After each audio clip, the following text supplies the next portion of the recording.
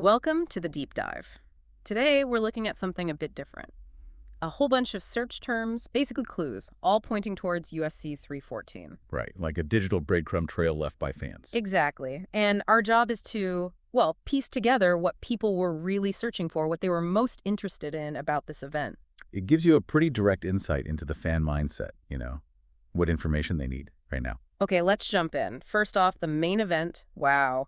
Alexander Volkanovski versus Diego Lopes. It's everywhere in these terms. Oh, yeah. You see Volkanovski versus Lopes, Lopes versus Volkanovski, the full names, Alexander Volkanovski versus Diego Lopes, even Volk versus Diego Lopes. It's clearly the big one. That featherweight title fight was definitely the main draw. And the mix of names is interesting, isn't it? You get the formal stuff and then the nicknames. Suggests a wide audience. Yeah, from the hardcore fans maybe to the more casual viewers just tuning in for the headliner. Precisely. And Volkanovski himself, huge interest. Just searches for Volkanovski, Alex Volkanovski. They pop up a lot.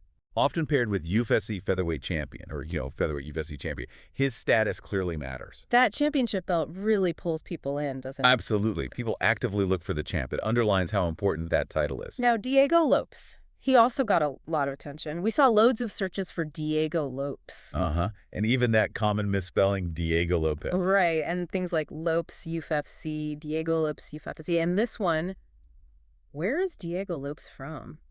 Yeah.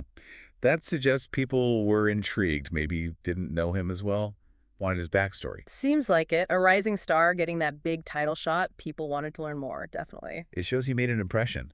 Being in that high-profile spot generated real curiosity. Okay, moving beyond the fighters.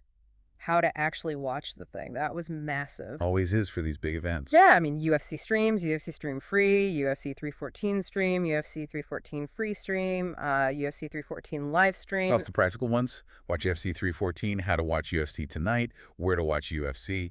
Right, and where to watch UFC for free, alongside the official ways like SPM Plus and UFC PPV. Access was clearly a major concern. It really highlights that, constant search for viewing options. The media landscape keeps changing, and fans adapt.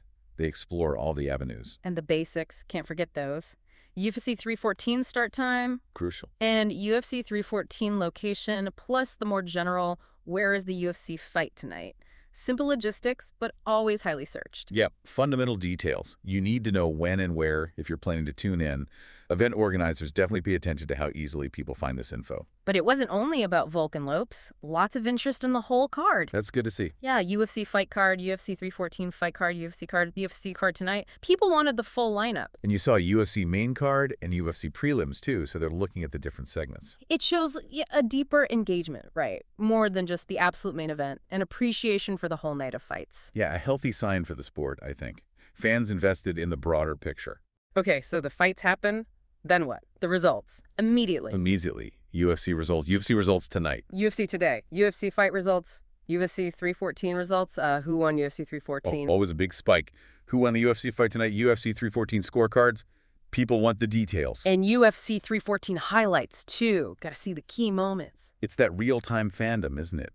The need for instant updates, instant gratification. That's the digital age. Totally. And finally, just quickly, there were those broader context searches. Right, connecting it to the wider MMA world. Things like featherweight UFC, just the division, UFC weight classes, itself. Also sites like Sherdog or forums like UFC Reddit, Reddit UFC.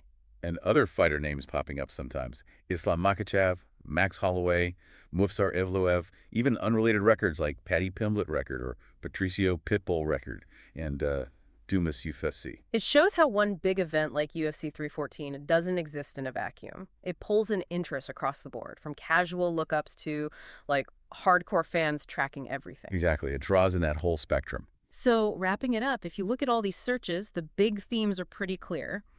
The main event, especially Volkanovski and Lopes, then how to watch it, and finally, the results. That's the core of it. It's a direct window into what grabbed the fans' attention for UFC 314.